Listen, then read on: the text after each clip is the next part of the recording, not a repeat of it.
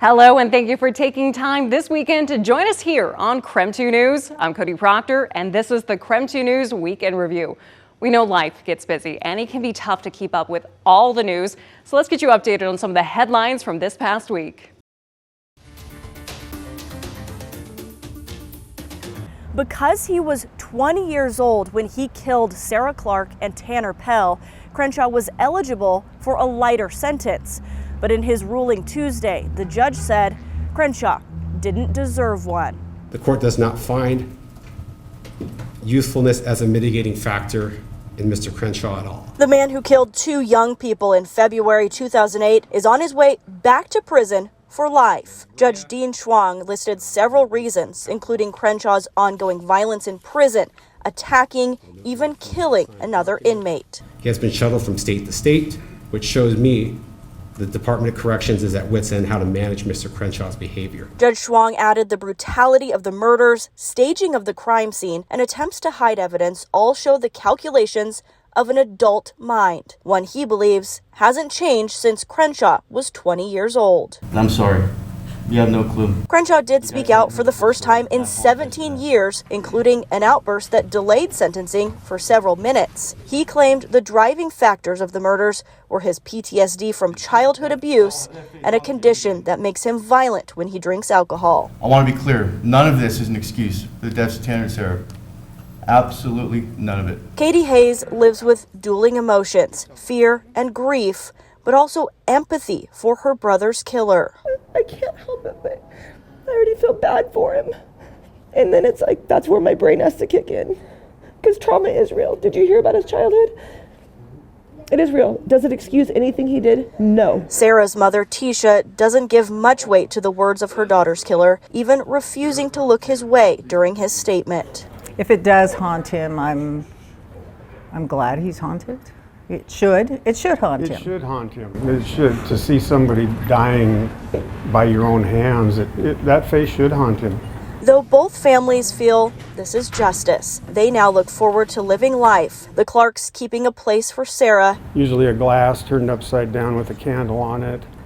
An empty seat at holiday dinners. The Pells keep memories of Tanner close, sharing them during an annual Tanny Fest trip to the coast, his final resting place. To them, the ruling is relief. Was our prayers, I think, that would happen. Crenshaw can appeal this sentence within the next 30 days, and from what we heard him tell his attorney, that's what he plans to do. Shannon Mowdy, KREM 2 News. Well, as this investigation continues, the family of victim Derek Schaefer are speaking out. They hope for closure and for justice.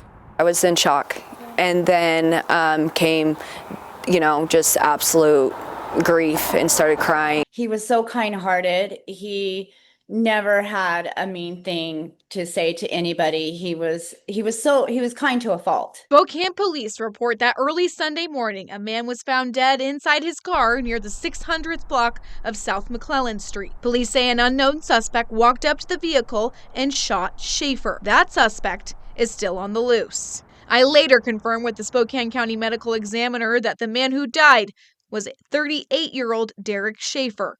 Police say it remains unclear what prompted the act of violence. Now, Schaefer's younger sister and mom are reflecting on his life. They added that Schaefer also left behind a teenage son. To lose a sibling is really weird. It's almost like I feel like I'm missing a piece of me. He was my best friend since birth. It's very different to deal with. And so it comes in waves, 1 minute I'll be fine and the next minute I'm not. We're taking comfort in the fact that he's in heaven with his Savior, and that one day we will get to be, together again. Schaefer's family says they won't rest until the suspect is found. Because I'm going to find who did this, and we're going to get them off the streets, and I won't stop until we do. This investigation is still developing. I'm reporting here in Spokane. Regan Gallo, KREM 2 News. Bridget Shannon is the last of 4 defendants sentenced for vandalizing a Spokane Valley church 2 years ago. Now, changes to state law regarding felony hate crime convictions is what prompted a delay to the original hearing. In July 2023, Spokane County Court documents say Shannon and 3 other defendants in their early 20s stole pride flags and sprayed the lawn of Verdale United Church of Christ with diesel. They burned what the congregation believes was a Bible verse misinterpreted to be anti-LGBTQ. Shannon pleaded guilty today to an amended charge of gross misdemeanor harassment. Then, during impact statements, a church member spoke directly to her. Miss Shannon, I understand you want to be a nurse. My children are part Filipino. My son-in-law is black. My grandson is a beautiful mixture of all of us. Would you refuse to treat us? Personally, I wouldn't want you to treat my loved ones because I couldn't trust that you would give us the care and respect that we deserve. And do I even want to know your motivation? If you attacked my house of worship because your boyfriend thought it was a good idea, you're in for a world of hurt. Bridget originally faced a hate crime charge, but the prosecutor told the judge the state didn't have enough evidence to prove that felony charge, specifically the element related to sexual orientation. That's why they offered a plea deal with a lesser charge of harassment. The judge sentenced Shannon to 1 year probation and 40 hours of community service. As for the other 3 defendants, they were all convicted of harassment and sentenced to 2 years probation. Reporting from the Spokane County Courthouse, Amanda Rowley, KREM 2 News.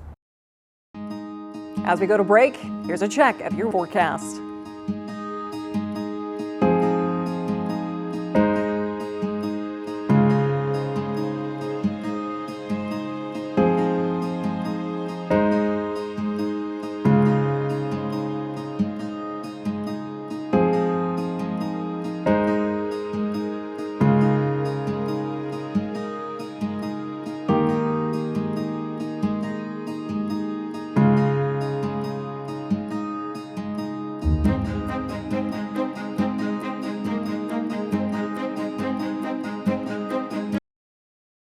Welcome back to the KREM 2 News Week in Review. Before we get back to this week's headlines, we want to remind you, you can get the latest news and weather forecast anytime you want on KREM 2 Plus. It's our streaming app you can watch on your TV, and best of all, it's free. We hope you'll check it out, but now let's get back to the Week in Review. From Auburn to Federal Way. I'm like low-key kind of scared now. People concerned about convicted rapist Kevin Coe living in their neighborhood after he was released from 4 decades in prison and McNeil Island. That sentence from a single rape conviction, though investigators believe he is likely tied to dozens more. I was already concerned that he was going to be in Federal Way. Now that he's in my block, actually, it's something really concerning. Had we known about it, we would have fought back. Auburn Mayor Nancy Backus says she found out from news reports like ours Coe was already living in her city. After Coe was released, DSHS no longer had custody, meaning the notification fell on the King County Sheriff's Office. I reached out to all of the agencies involved and learned DSHS first announced on September 5th Coe will have an unconditional release hearing. That's when the agency told Federal Way leaders. On September 24th, the Attorney General's office filed a release petition for Coe as mental health experts said he no longer met the standard for civil commitment. Coe was then released on October 2nd. The next day, the King County Sheriff's Office told Auburn police pushback in Federal Way meant he may be moving in Auburn. Then this week, on the 7th, Coe registered as a sex offender with an address registered in Auburn. Why didn't Backus know? Auburn police says, quote, the message was sent to a single point of contact on Friday the 3rd, but that person was out of the office. We then did not receive confirmation of Coe's address until yesterday. And we do better when we communicate well with one another, and I think jurisdictions should be the example of how we can communicate well together. Amid the usual airport rush, silence from the overhead monitors is telling a story. I don't know. The whole thing has me I'm disgusted with how something like this could happen in this country. Janet Spillman saw this video in the TSA line in Sacramento. Noticed that when she landed in Seattle, the same monitors were off. Democrats in Congress refuse to fund the federal government, and because of this, many of our operations are impacted. That's Homeland Security Secretary Kristi Noem in a pre-recorded video aimed at travelers and meant to play at airports across the country. A Port of Seattle spokesperson says the port will not play the video on its screens at SEA Airport due to the political nature of the content. Rep. Jim Walsh says the airport is making a political move of its own. But I think for most people, this doesn't even, it's not even a blip on their radar. It's a petty thing. Fine. You cannot show Secretary Noem's safety video because she talks about the shutdown, but that's going to have no bearing on how the shutdown plays out back in D.C. So it is, in my opinion, just empty virtue signaling. It's been nearly 2 weeks since the federal government shut down after Senate Republicans and Democrats failed to reach a compromise on a funding bill. Empty monitors now hang above federal employees who are on track to miss a scheduled payday. Ballots are hitting mailboxes across Spokane County this week, but election officials say don't wait to send them back. Spokane County auditor says with recent changes to USPS, that could delay delivery, making it more important than ever to send ballots in sooner rather than later. Don't wait until Election Day to put your ballot in the mail. Spokane County Auditor Vicki Dalton says county officials have all hands on deck, ready to count each ballot come November 4th. But she says there's a chance of potential delays and rejected ballots. When you get your ballot, be sure to fill it out and get it back to us. And if you are going to mail it, we're suggesting that you get it in the mail stream by no later than the Friday before Election Day. The post office has changed their operations. That's because of the United States Postal Service new service standards as of April of this year. Those new standards include a shift to once daily mail pickups instead of twice daily at multiple post offices, faster and slower standards for different forms of mail like packages and letters, and lowering transportation costs by more than $2 billion. All these changes, USPS says, in an effort to save money. That's why Dalton, along with other members of the county, are asking voters to vote the week before Election Day if they're mailing their ballot. While Washington State allows ballots to be counted if they're postmarked by Election Day, Dalton worries any delays in postmarking from these changes to USPS could risk them being rejected.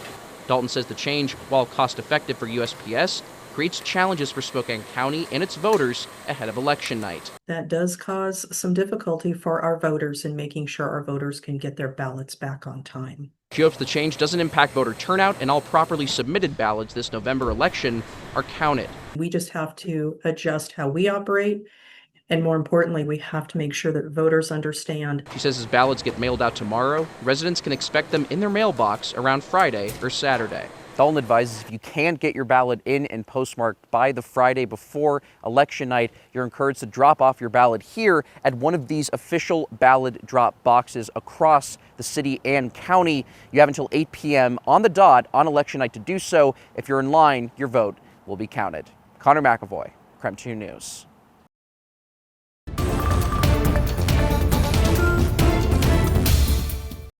Thank you for watching the KREM 2 News Week in Review. I'm Cody Proctor. It's been a busy week all across the Inland Northwest, so let's help catch you up on some stories you might have missed.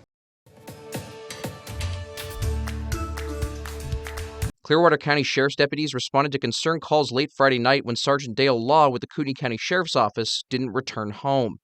Deputies began searching for him near Elk River using off-road vehicles, a drone, and a helicopter to narrow their search. But it was a group of hunters in the area who volunteered to help search who found Law dead next to his off-road vehicle near the South Fork of Robinson Creek. Clearwater County deputies say it rolled down from an old logging road. Law was thrown from the vehicle. Kootenai County Sheriff Robert Norris posted to social media saying Sergeant Law served the sheriff's office for 18 years with distinction and that his death leaves a hole in the department's family.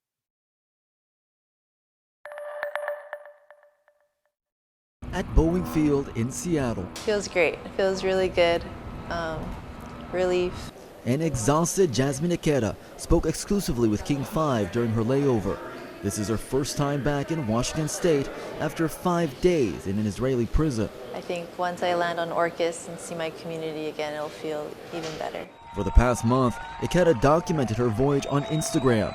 This was her last post before she was detained by the Israeli Navy while at sea. We've done the drills many times, so I feel very confident that this will go well. That post was captioned, This is the most critical night. She says what followed was more than 20 hours on deck, held at gunpoint. Yeah, it was a lot. It was probably one of the longest nights of my life. So they went around with cameras trying to offer us water bottles so that they could get footage and propaganda for them boarding our boats. At least 22 Americans were detained while aboard a flotilla of more than 40 boats. My colleagues, my comrades, yes, they were beaten. They were shoved around with their heads forced into the ground with people's knees. Keda believes her U.S. passport protected her from the worst. Bring Jazz home! Her Orcas Island community organized protests. Bring Jazz home! And hundreds more erupted worldwide. But not everyone viewed the flotilla as a humanitarian mission. The U.S. State Department called it a deliberate and unnecessary provocation. To that, Jasmine's response is clear. If we allow a genocide to happen before our eyes, then we're not standing on the right side of history. Before we wrap up this edition of the KREM 2 News Week in Review, we have one more story you might have missed this past week.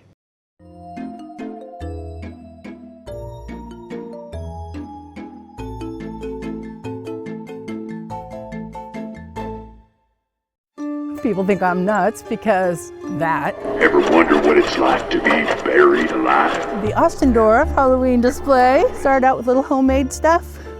Arches. We made our first mausoleum out of the foam board. Together we carved it and painted it. So, and the fences, we made that too. That's not a real fence. So this is all like PVC pipe.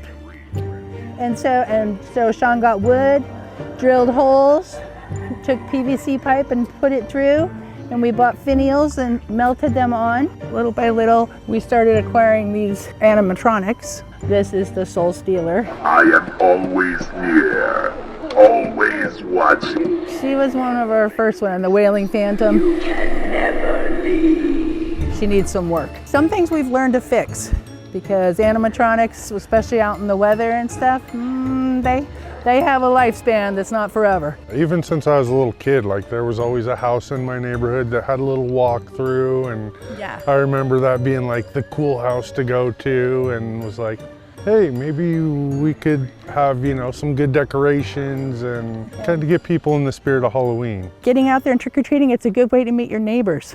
It's a good way to meet the people around you, you know, and we don't do that a lot anymore. So I like that. That's a good aspect of Halloween, and I hope people hang on to that.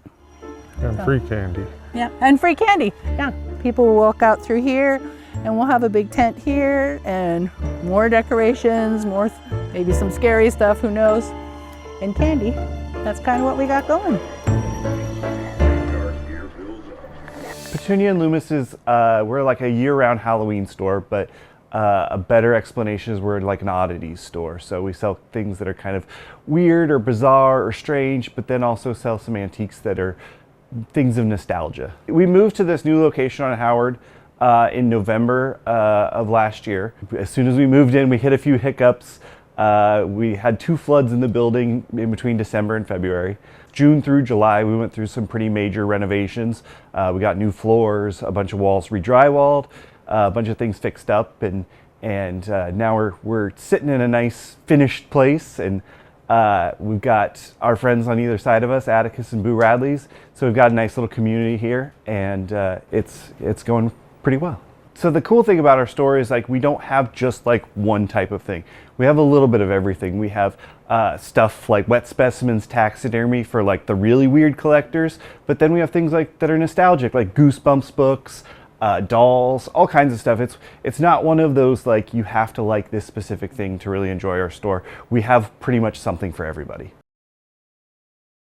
Thank you for joining us for the KREM 2 News Week in Review. Be sure to keep it here for more news and weather updates throughout the weekend. I'm Cody Proctor. Thanks for watching.